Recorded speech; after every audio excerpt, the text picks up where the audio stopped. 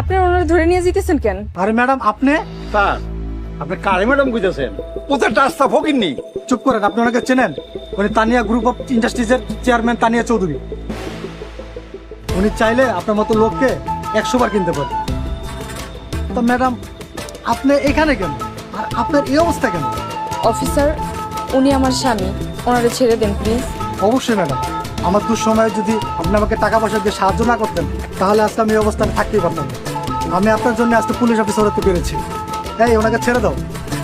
আমি যে আপনাকে বাগের টাকা দেবো বলছি। আপনার বাগের টাকা আমার লাগবে না। এই ওনাকে ছাড়ো। শোনেন মতলব নিয়ে, আপনি মিথ্যা কথা বলে ওনার কাছ থেকে টাকা এবং সম্পত্তি আত্মসাৎ করতে চেয়েছেন, এর জন্য আমরা আপনাকে থানায় নিয়ে যাচ্ছি। এই ওনাকে ধরো। অফিসার, আমি আপনাকে একটা রিকোয়েস্ট করব। অনুরোধ কেন, আপনি বলেন ম্যাডাম। অনৈতিক কাজ করবেন না। ক্ষমতা পেয়েছেন বলে নিরীহ মানুষের উপর জুলুম করবেন না, এতে আল্লাহ নারাজ হন।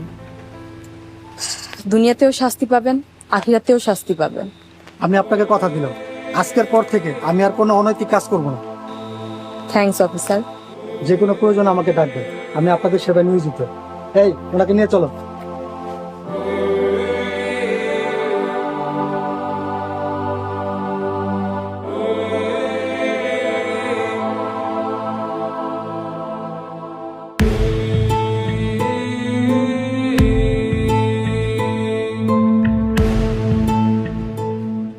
আমি যদি আগে জানতাম যে তুমি বড়লোক বাড়ির মাইয়া, আমি কোনোদিন তোমার বিয়ে করতাম না। আপনি আমার মাফ করে দেন, আমি মিথ্যার আশ্রয় নিয়েছি। আরে ভাবি, আমি এটা কি শুনলাম? আপনি নাকি বড় লোকের মাইয়া? আমার আগেই সন্দেহ হয়েছিল। আপনি এত সুন্দর, আপনার গায়ের রং এত ফর্সা, আপনি গরিবের মাইয়া হইতেই পারেন না। আচ্ছা ভাবি, যাই। ধোকা না, ধোকা দিয়ে তুমি আমার বিয়ে করছো।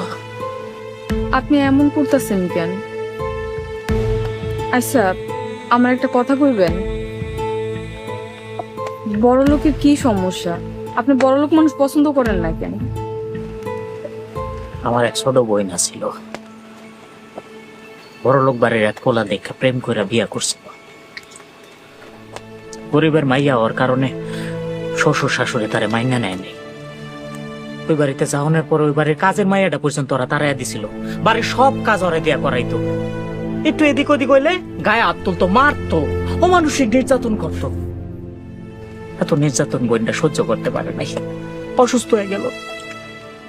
অসুস্থ হওয়ার পরে কেউ একবার খোঁজও নেয় নাই।